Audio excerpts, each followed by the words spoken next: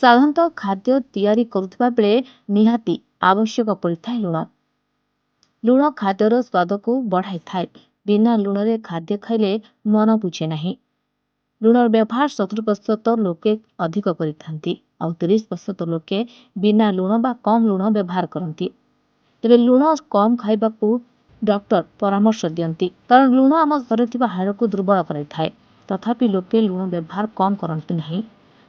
ତେବେ ଆପଣମାନେ ଜାଣିଛନ୍ତି କି ଲୁଣ ଆମ ପାଇଁ କେତେ କ୍ଷତିକାରକ? ଲୁଣ ଆମ ଶରୀରର କେଉଁ ଅଙ୍ଗକୁ ନଷ୍ଟ କରିଥାଏ ଏବଂ ଲୁଣ ଦ୍ୱାରା ଆମର ଜୀବନ ଯାଉଛି କି ନାହିଁ? ତେବେ ତାହେଲେ ଜାଣନ୍ତୁ ଲୁଣ ଖାଇଲେ କ'ଣ ହୁଏ।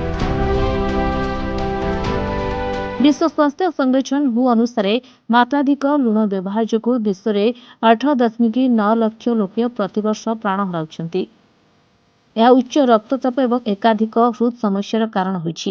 ଲୁଣରେ ଥିବା ସୋଡିୟମ କୋଶିକାଗୁଡ଼ିକର ସ୍ୱାଭାବିକ କାର୍ଯ୍ୟକଳାପରେ ସାହାଯ୍ୟ କରେ। କ୍ଷୀର, ମାଂସ ଏବଂ ମାଛ ଭଳି ଅନେକ ଖାଦ୍ୟରେ ଏହା ପ୍ରାକୃତିକ ରୂପେ ମିଳେ। କିନ୍ତୁ ମାତ୍ରାଧିକ ସୋଡିୟମ ହୃଦଘାତ, ଷ୍ଟ୍ରୋକ୍, ଅପମୃତ୍ୟୁ ଆଶଙ୍କା ବଢ଼ାଇଥାଏ ବୋଲି ବିଶ୍ୱ ସ୍ୱାସ୍ଥ୍ୟ ସଂଗଠନ ରିପୋର୍ଟରେ ସ୍ପଷ୍ଟ କରିଛି। ତେବେ ବିଶ୍ୱ ସ୍ୱାସ୍ଥ୍ୟ ସଂଗଠନ ବୟସ୍କ ଲୋକଙ୍କ ପାଇଁ ଦିନକୁ 2000 ମିଲିଗ୍ରାମରୁ କମ୍ ସୋଡିୟମ ଖାଇବାକୁ ସୁପାରିଶ କରିଛି। ଏହା ଗୋଟିଏ ଛୋଟ ଚାମଚଠୁ ଟିକିଏ କମ୍। ତେବେ ପିଲାଙ୍କ ଆବଶ୍ୟକତା ଅନୁସାରେ ସୋଡିୟମ ଦିଆଯିବା ଦରକାର ବୋଲି ଏହା ସ୍ପଷ୍ଟ କରିଛି। ଆୟୋଡାଇଡ୍ ଲୁଣ ଖାଇବାକୁ ମଧ୍ୟ WHO କହିଛି, ଯାହା ସୁସ୍ଥ ମସ୍ତିଷ୍କ ବିକାଶ ପାଇଁ ଗୁରୁତ୍ୱପୂର୍ଣ୍ଣ ବହନ କରିଥାଏ। ଲୁଣ ଖାଇବା ସମ୍ପୂର୍ଣ୍ଣ ବନ୍ଦ କରିବା ଅସମ୍ଭବ, କିନ୍ତୁ ମାତ୍ରାଧିକ ଲୁଣ ବ୍ୟବହାର ଅଭ୍ୟାସ କମାଇବା ସହିତ ପ୍ରକ୍ରିୟାକୃତ ଖାଦ୍ୟଠୁ ଦୂରରେ ରହି ସତେଜ ଖାଦ୍ୟ ଖାଇବାକୁ ବିଶ୍ୱ ସ୍ୱାସ୍ଥ୍ୟ ସଂଗଠନ ପ୍ରସ୍ତାବ ଦେଇଛି।